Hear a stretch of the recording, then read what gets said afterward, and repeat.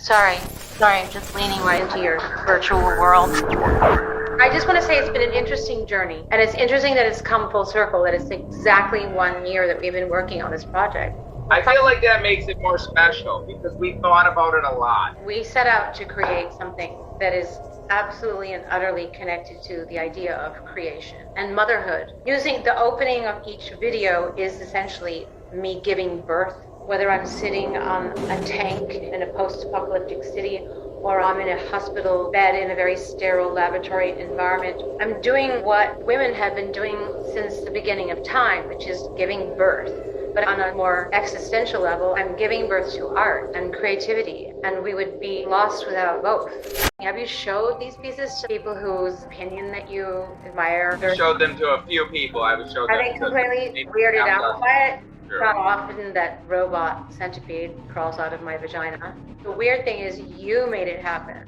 I think it's really important that people know that a lot of thought and conversation went into creating these videos. I'm trying to find some text messages to help people understand our levels of detail and banter back and forth to each other. I say, oh, we have a forest with creepy crawly bugs coming out of me. We need an urban burned out post-apocalyptic landscape with this giant tree growing out of me. Now I only tell you this because we ended up doing all of these things. We just ended up separating them. Yeah.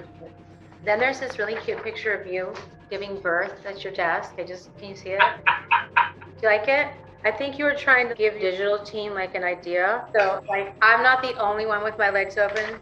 Mike was too. I think another thing that's really important to share with people is that all the proceeds are going to go to charity. But I wanted to share why I chose these specific charities. Yeah, I would love to hear. I work with an organization called City of Joy, an NGO that was created in the Republic of the Congo, which, as you know, has been the place of continuing warfare, genocide. The Congo is so rich in resources that we use for technology. Cobalt being a big one. That's what is in every phone. This area in the world is constantly being raped so that we can communicate with one another. But City of Joy was a place that was created for women to rebuild their lives. And I'm telling you, there are women that have survived the most insane atrocities done to their bodies. So with these great healthcare workers and psychosocial support, these women have been able to put their lives back together. The other organization is called Voices of Children Foundation, which is based in the Ukraine. Obviously, that's a place in great need right now, since so many women and children have been separated from their husbands or fathers or brothers or sons, and they've been living